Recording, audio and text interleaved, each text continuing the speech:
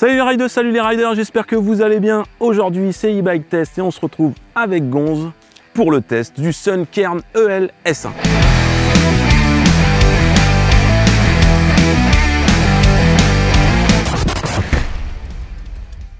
Le Kern EL, c'est la version VTT-AE de l'enduro de chez Sun, le Kern EN, donc enduro. Donc ça, on est donc sur un VTT-AE qui a un débattement arrière de 155 mm, un débattement avant de 160, et le montage, c'est un montage en roue différenciée, ce qu'on appelle communément en mulette. Donc c'est 27,5 à l'arrière et 29 pouces à l'avant, tout ça sur un cadre aluminium. Alors la gamme Sunkern EL, elle amorce un tarif assez abordable de 4 499 €, avec la version S2 et une petite batterie de 500 Wh. Et là, on a testé la version milieu de gamme, le S1, qui sort à un tarif de 5 449 €. Et on va voir tout de suite comment il est équipé. On commence par les suspensions qui sont assez exotiques et qu'on trouve rarement en première montre, puisque c'est la marque Formula qui équipe ce Sunkern. L'amortisseur est un mode e-coil avec un réglage de compression bas de vitesse et un blocage. Et la fourche, c'est une Selva C Coil en 160 mm de débattement qui, elle, par contre, se bloque sur le T de fourche mais n'a pas de réglage de compression basse vitesse. Ensuite, sur la transmission, on a un groupe Shimano Deore en 12 vitesses. Pour arrêter la bête, on a des freins MT 420 qui est 4 pistons et qui viennent également de chez Shimano. Pour les trains roulants, on trouve des roues montées par Sun avec des jantes Mach 1 Trucky 30 en 30 mm de largeur interne sur des moyeux Shimano. Et enfin pour les pneumatiques, on a un excellent combo. Et attention parce que les appellations sont assez longues. On a un DHR2 en gomme 3C Max Terra et en carcasse Exo Plus à l'arrière. Et à l'avant, on a un Maxxis Assegai en carcasse double down et en gomme 3C Max Grip. Au niveau des périphériques, on trouve une tige de selle SDG Telis en 125 mm de débattement avec un poste de pilotage fabriqué par Sun en 780 mm pour le cintre. On trouve aussi des grips Sun qui sont particulièrement petits, fins. Très fins. Et enfin, on va terminer avec la partie assistance, avec le nouveau moteur de chez Shimano, le EP8, et sa batterie de 630 Wh. Bon, Gon, je vais te faire parler un petit peu parce que tu es un petit peu silencieux depuis le début de la vidéo. Déjà, on va s'attarder sur le look. Qu'est-ce que tu en penses? C'est assez atypique hein, comme look. Hein. Ouais, c'est un look, je dirais, radical. Radical. Vraiment un look qui demande à envoyer, à piloter. C'est assez tranchant. Ça ressemble beaucoup au Sunkern EN, à la version musculaire. L'intégration de la batterie est quand même sacrément bien réussie. Bien réussie. C'est assez fin. Aussi.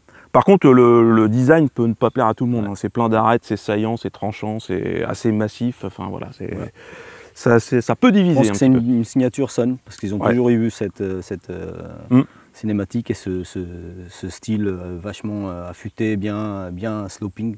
Donc ouais, c'est un beau... c'est des arêtes bien tranchantes. Hein. Voilà. C'est taillé à la serpe. La couleur, elle est super belle. Elle est belle. Très belle. Hein, design jeune, on va dire. Exact, ouais. Design, jeune. Jeune, bah voilà, comme nous, exactement. Niveau finition, est-ce que tu as des petits points? Tu as relevé des petits trucs, des petits défauts, des qualités? Déjà, on peut dire que la peinture, elle est assez costaud. Elle est costaud. Parce que elle n'est pas rayée du tout, elle est vraiment nickel. On lui a pas fait cadeau en plus. Donc, exactement. Je pense qu'il n'y a pas d'éclat, il n'y a pas de grosses rayures. Ouais, c'est vraiment costaud. Par contre, ça manque un petit peu de protection quand même. Pour un VTT-AE typé enduro, on voit que le cache batterie, c'est un bout d'aluminium. Il n'y a aucune protec. Donc ça, c'est dommage. Parce au niveau du moteur, on voit aussi qu'il manque un petit peu léger quand même. Et au niveau de la base droite, on a une partie qui remonte. Déjà, il n'y a aucune protection de base. Il y a juste un tout petit fil qui est posé au-dessus de la base. Exact. Mais on a une partie qui remonte et la chaîne, elle vient taper dessus.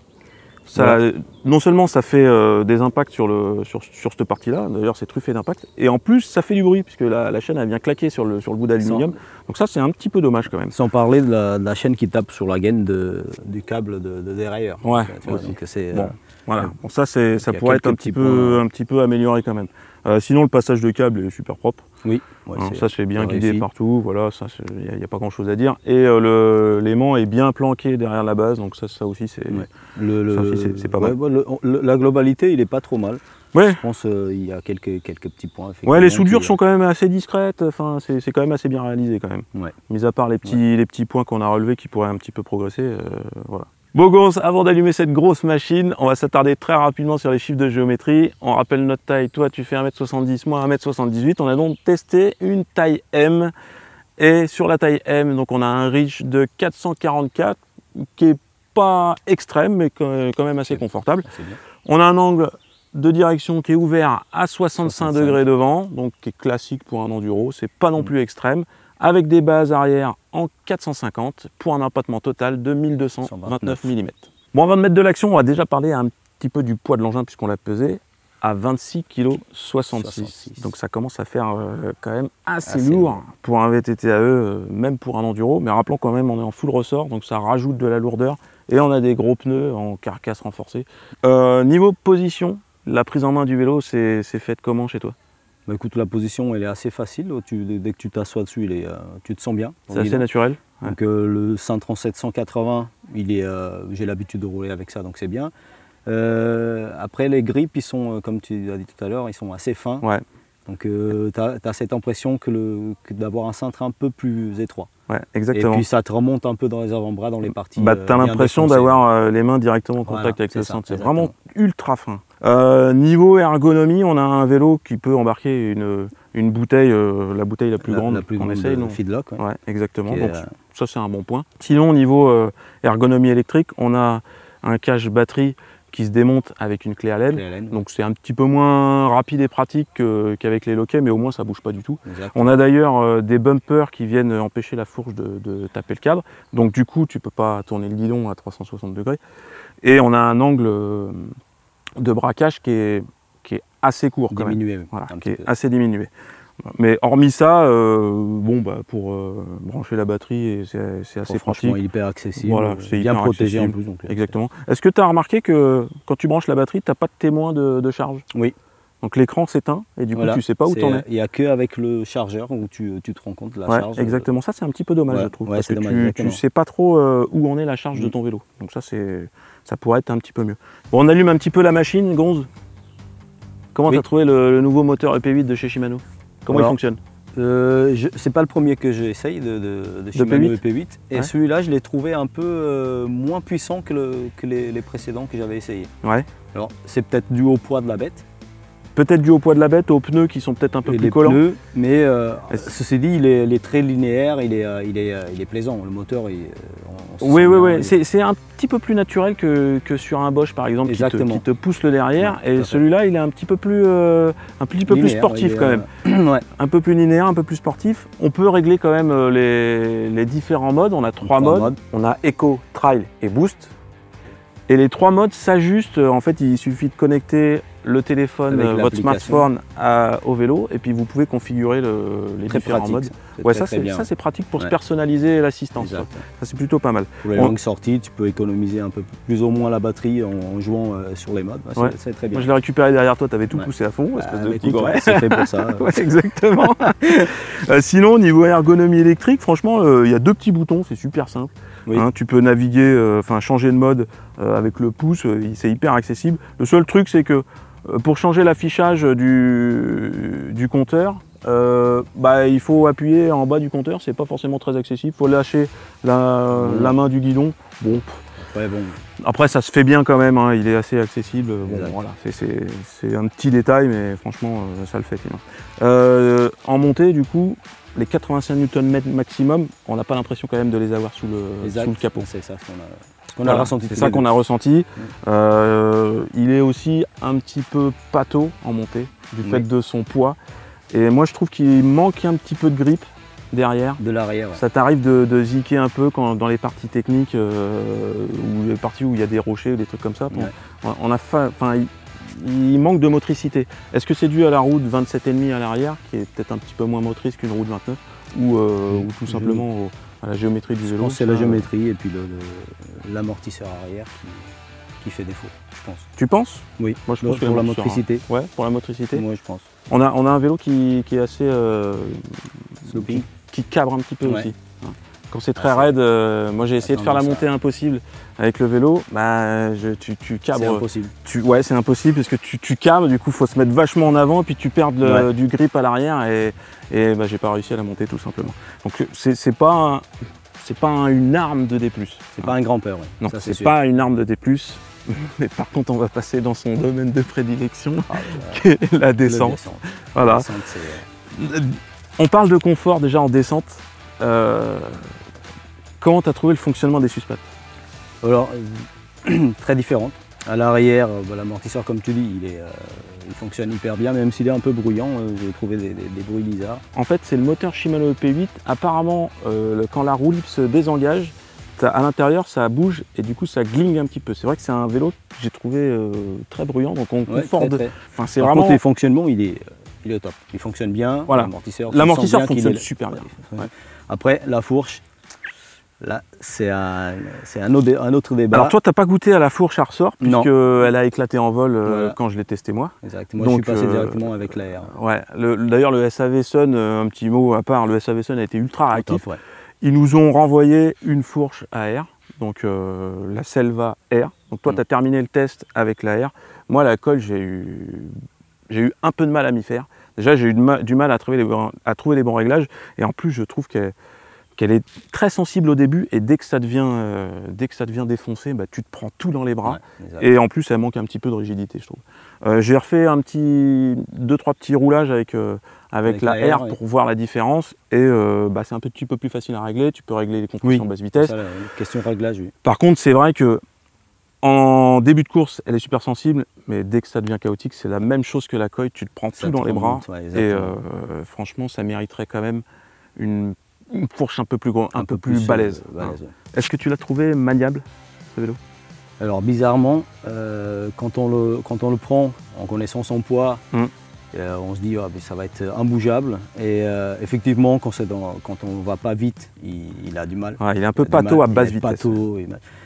Mais quand la vitesse augmente, il a deux visages. Hein. Il a deux visages, c'est double face. Ouais, double face.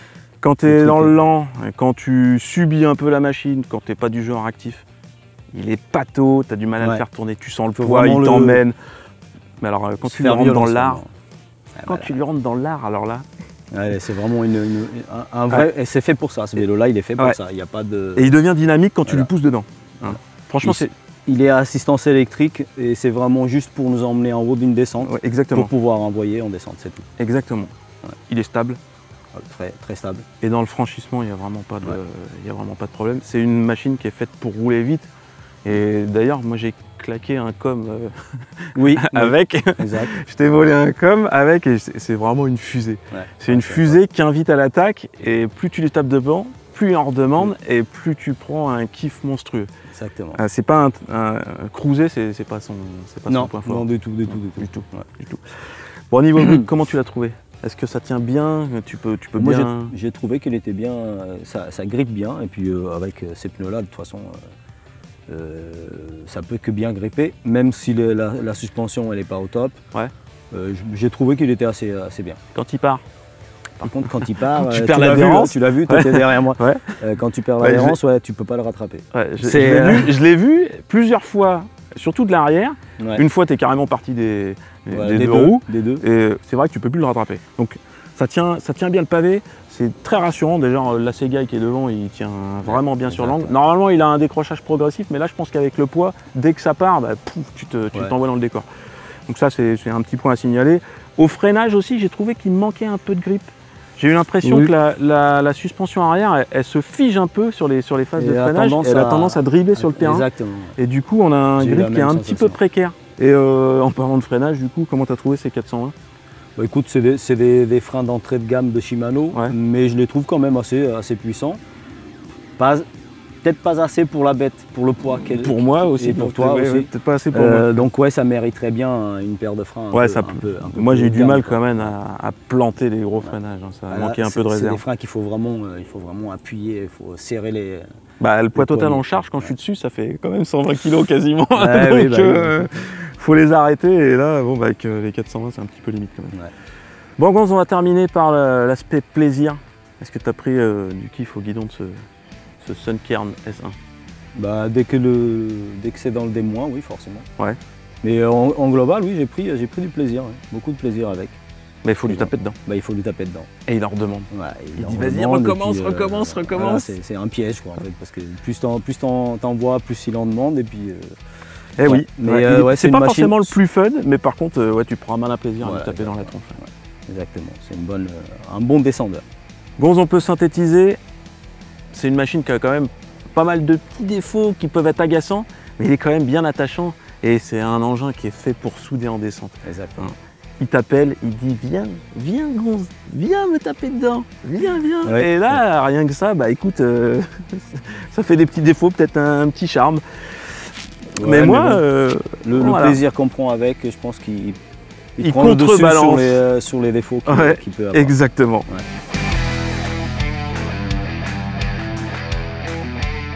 Sur ce, nous, on se dit à la semaine prochaine. Vous pouvez bien sûr nous retrouver en commentaire pour débattre et échanger sur le test du Sun Kernel. Allez checker le petit article qu'a écrit Gonz sur notre site internet enduro-bike.com. Ridez bien, ridez safe.